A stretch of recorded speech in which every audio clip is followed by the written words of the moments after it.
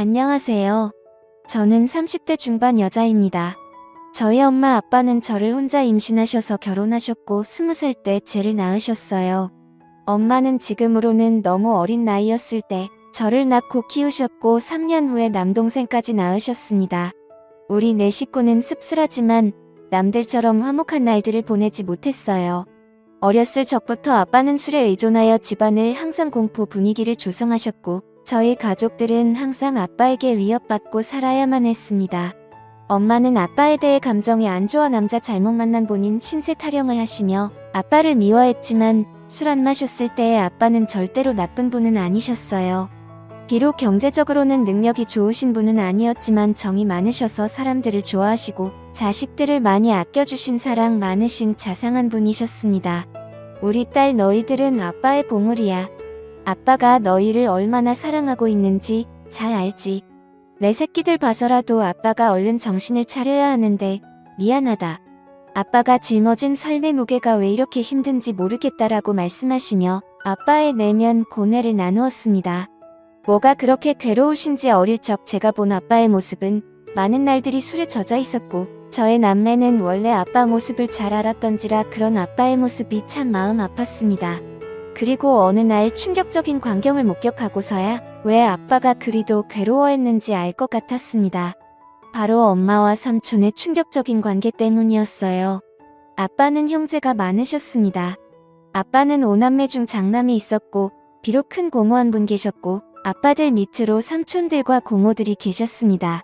비록 가정에서는 화목하지 못할지언정 저는 양가 부모님들에게는 기대하고 고대했던 첫 손주로서 부모님들과 친척들에게 사랑을 듬뿍 받고 자랐습니다. 후에 태어난 제 동생도 장손으로서 큰 사랑받고 자랐고요. 하지만 그런 저희들을 예뻐하면서도 유독거리를 두시는 분도 계시더군요. 바로 아버지의 동생인 둘째 삼촌이라고 부르기 싫은 둘째 삼촌. 그 짐승만도 못한 사람이었습니다. 엄마는 삼촌이 왔다면 얼굴에 유독 화색이 돌았습니다. 얘들아 삼촌 왔다. 오늘 우리 집에서 편히 쉬시고 가야 하니까 너희는 오늘 거실에서 자고 삼촌은 방에서 주무시게 알겠지라며 엄마는 저희에게 일러두었습니다. 둘째 삼촌은 운수업을 했던 터라 가끔 저희 집에 들려서 하룻밤을 자고 가는 일들이 좀 있었는데 원래 저희는 단칸 방에서 살다가 제가 첫 전학교 1학년 됐을 때 방 2칸짜리 빌라로 이사 갔거든요. 둘째 삼촌이 저희 집에 들을 때마다 그중 제 방을 삼촌에게 내어드리고 남동생과 거실에서 잤습니다. 저는 삼촌이 저희 집에 올 때마다 맛있는 간식을 사가지고 와서 어색한 가운데에서도 저희랑 놀아주는 게 좋았고 그걸로 인해 멀기만 느껴졌던 둘째 삼촌에게 조금씩 정이 쌓여갔네요. 둘째 삼촌이 올 때마다 아빠도 술을 안 마시고 부모님들도 간만에 분위기 가하기에 좋아져서 한때 저희는 둘째 삼촌이 오기만을 기다리기도 했습니다. 그런데 어느 날 새벽이었어요. 제가 힘든 가정에서 살다 보니 어렸을 때부터 눈치가 빨랐고 명확하다고 해야 하나 나이에 비해 철이 조금 빨리 든 케이스였어요. 당시 동생은 자고 있었고 그날따라 이상한 느낌을 본능적으로 느꼈는지 새벽에 눈이 번쩍 뜨이더라고요. 그런데 마침 엄마가 화장실에서 물 내리는 소리와 동시에 나오는 것이었습니다. 아직도 안 잔다고 뭐라고 잔소리할까봐 저는 얼른 눈을 감아 잠든 척을 했는데 이상한 일이 일어났습니다. 엄마는 저를 가만히 보시다가 조심스럽게 몸을 움직이며 안방이 아닌 바로 삼촌이 자고 있는 제 방으로 들어가는 것이 아니겠어요. 어린 나이임에도 불구하고 저는 그게 심상치 않은 일임을 본능적으로 알았습니다. 저는 순간등이 쎄해지며 무슨 촉이 왔는지 조심스럽게 몸을 일으켜 숨죽여 제가 앞으로 다가갔습니다. 저희 집 방문 이어술에서 잘 닫히지 않았는데 그 탓에 열려있는 작은 틈으로 전 훔쳐보게 되었습니다. 그리고 여태까지도 평생을 트라우마로 남은 잊지 못해 그 장면을 목격하게 되었습니다. 형수와 시동생으로서 금기시한 일들을 벌이고 있었습니다. 저는 너무 놀라 어떻게 해야 할지 그 자리에서 얼어붙고 말았습니다. 그때 거실에서 동생이 제가 곁에 억지로 허전했는지 음하며 자세를 뒤척였고 이 소리를 들었는지 그들은 모든 행동을 멈추고 엄마는 재빠르게 운매무새를 가다듬더군요. 저는 들킬까 싶어 제자리로 돌아와 다시 자는 척을 하며 누웠고 엄마는 어두움 속에서 추악함을 가린 채 아무 일도 없었다는 듯 안방으로 돌아왔습니다. 저는 그때부터 아무에게도 말 안 하고 혼자 생각이라는 것을 했는데 오래 고민 끝에 나온 결론은 단순하게 모든 진실을 밝히자라는 것이었습니다. 그렇게 해버리면 어린 마음의 모든 게 다 제자리를 찾고 정상으로 돌아올 것 같았거든요. 뒤틀린 이 이상한 현실에 하루도 머물고 싶지 않았던 저는 기회를 엿보다가 마침 아빠와 둘째 삼촌만 빼고 친가들이 모여 가족 식사를 하는 자리에서 제가 본 그날의 진실을 폭로하였습니다. 일목요연하고 또박또박 엄마랑 둘째 삼촌의 새벽에 제가 본 것들을 가감없이 얘기하자 엄마의 표정이 새하얗게 지으며 급한 대로 제 입을 막으려 했네요. 허나 이미 수상하니 느낀 큰 고모는 엄마를 젖혀두고 저를 방으로 내려와 차근차근 무슨 이야기인지 얘기해보라며 말씀하시는데 저는 말하다 말고 목이 메어와 울음을 크게 터뜨리며 말을 이어갔네요. 덕대기 집안은 발칵 뒤집혔고 둘째 삼촌은 소환돼서 친척들에게 어쩜 그런 짓을 벌일 수 있냐는 비난의 의사를 맞았습니다. 이 소식을 뒤늦게 들은 아빠는 충격을 금치 못하고 둘째 삼촌과 주먹이 욱하며 한바탕 난리를 벌였고 저의 가정은 얄궂게도 제 소망과는 다르게 파탄을 맞고 말았네요. 바로 엄마가 그 일을 계기로 제 유치원생 남동생을 데리고 둘째 삼촌과 행방을 감추었던 겁니다. 훗날 드라마나 영화에서 보는 남녀의 야반도주를 보며 우리 엄마도 동생 데리고 둘째 삼촌과 저런 도피를 했을까 생각했네요. 가뜩이나 술을 필요로 했던 아빠는 아이 술독에 파묻혀 살게 되었고 엄마와 삼촌을 반드시 찾아내어 복수하겠다며 증오심을 닦고 다녔습니다.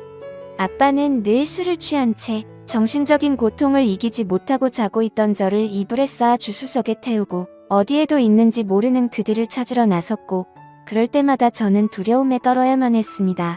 지금 생각해보면 아빠는 저의 폭로가 원망스러운지도 모르겠어요.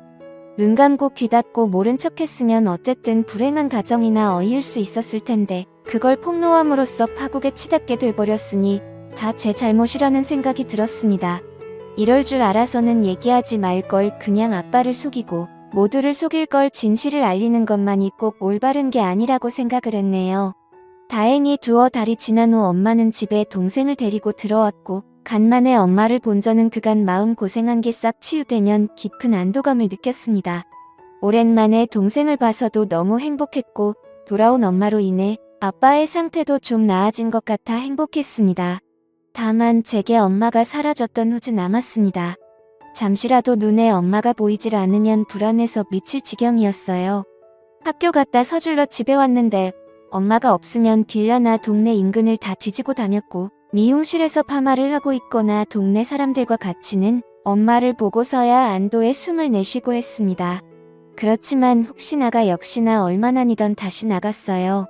이번엔 동생을 내버려 두고 혼자 나갔더군요. 동생이라도 곁에 있어 좋았지만 엄마가 언제 다시 올지 기다림의 끝은 알 길이 없었습니다. 아빠는 행여 엄마한테 연락이 오면 아빠한테 바로 전화하라고 했고 그 사이 저희 동네에서는 소문이 다 돌았습니다. 저희 엄마가 바람나서 집을 나간 것 같다고요. 툭하면 애 엄마가 보이질 않으니 그럴 수밖에 해요. 저는 저희에 대해 함부로 말하는 동네 사람들이 너무 싫었습니다. 다 알고 짐작하면서도 모른 척 확인 사살하려고 저와 마주치면 꼭 묻더군요. 너희 엄마 이번에 너희 두고 또 낳은 거 맞지 않니? 세상에 어떻게 자식들 두고 모질게 나갈 수가 있어. 내가 다 마음이 쓰이네. 불쌍한 것들 우리 엄마 그냥 멀리 돈 벌러 갔어요. 우리 가족에 대해서 함부로 말하지 마세요. 라고 둘러대면 쏘아댔지만 속으로는 가슴에 피멍들어 찢어지게 울고 했네요. 아빠는 결국 가출한 엄마를 포기하고 저희를 위해 시골로 이사를 했습니다. 다 잊고 새 삶을 꾸려보고자 아빠들 1톤 트럭을 타고 소금도 파시고 귤도 파시며 저를 앞차같이 키우셨지만 세상은 그리 만만치 않았습니다. 바로 아빠는 큰 병에 걸려버리셨고 끝내는 간경화로 제 나이 18살 때 세상을 등지고 말았네요. 그때 아빠 살아 생전 모질게만 해던 제 행동이 떠올라 얼마나 피 눈물을 흘렸던지요. 죄송하고 또 죄송하게만 했습니다. 아빠가 돌아가셨어도 엄마랑 삼촌은 잔인하게도 코빼기도 비치지 않더군요. 아빠를 배신하고 어디서 둘이 그렇게 잘 먹고 잘 사는지 나중에 반드시 찾아가 이 아픔 그대로 돌려주리라 다짐했는데요. 저희는 살기 위해 할아버지에게 맡겨졌다가 성인이 된 후 따로 근처에서 독립을 했습니다. 그리고 시간이 흘러 동생이 군대 갈 때쯤 저 역시 직장을 구해 대도시로 나왔고 또 다시 현실에서 적응하고 있을 무렵 난데없이 엄마 동생인 오랫동안 왕래 없던 외삼촌이라는 작자한테 연락이 닿았네요. 외삼촌이야 그건 잘 지냈지 니 아빠 그렇게 되고 동생 검사하느라 네가 누구보다 힘들었을 텐데 내 맘이 다 안쓰럽구나.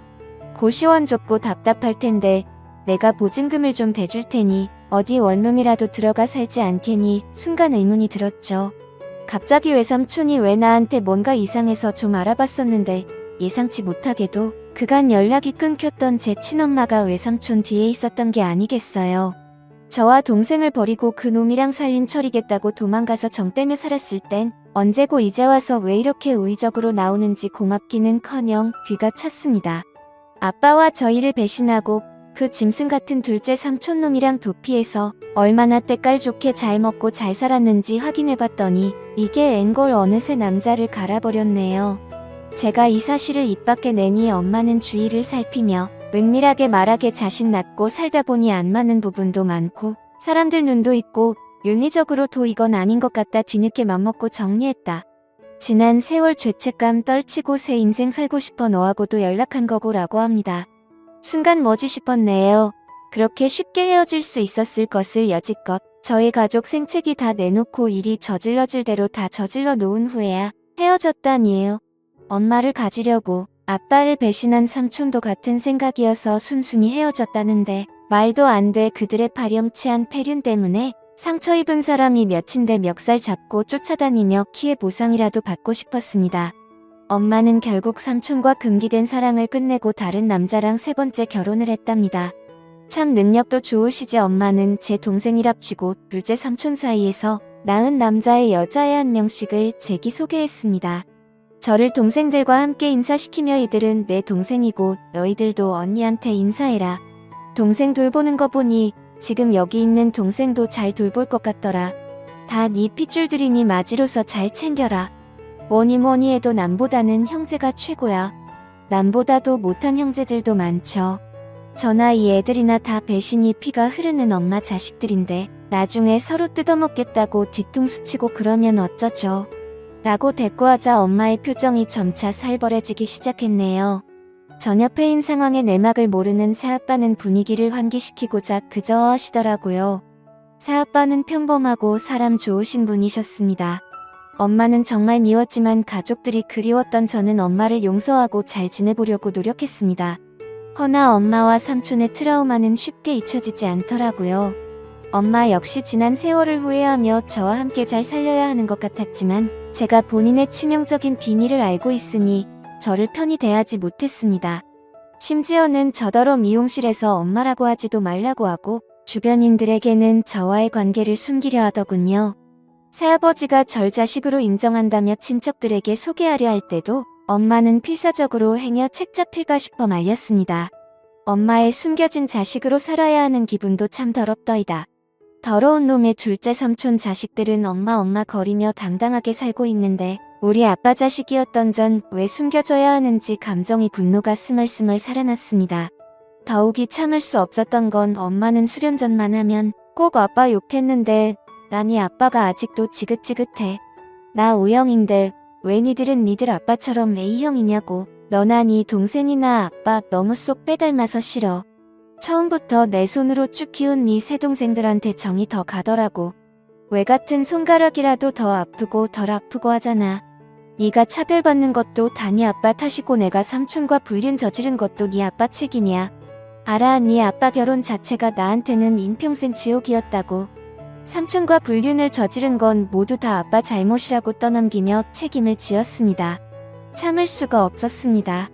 저는 결국 엄마를 용서하지 못하고 자리에서 일어나 엄마에게 마지막 인사를 했네요. 이제 도저히 못 들어주겠다. 엄마한테는 최악의 남편이었을지 모르겠지만 나한테는 우리한테는 최고 좋은 아빠였어. 이제 더 이상 엄마 못 볼 것 같아. 우리도 그만하자. 엄마와의 지긋지긋한 인연이야말로 끝내기로 맘먹고 절연을 선언 후 다신 엄마를 보지도 찾지도 않았습니다. 엄마도 마찬가지였고요. 엄마와 저는 지독한 악연이었습니다. 전 여전히 세상에 혼자 지내고 있네요. 남자가 두렵고 제 몸에 엄마의 더러운 피가 흐르는 것 같아 저는 결혼을 못할 것 같아요. 엄마 때문에 제 자신도 상대방도 믿지 못해요. 아무튼 영원히 그럴 겁니다.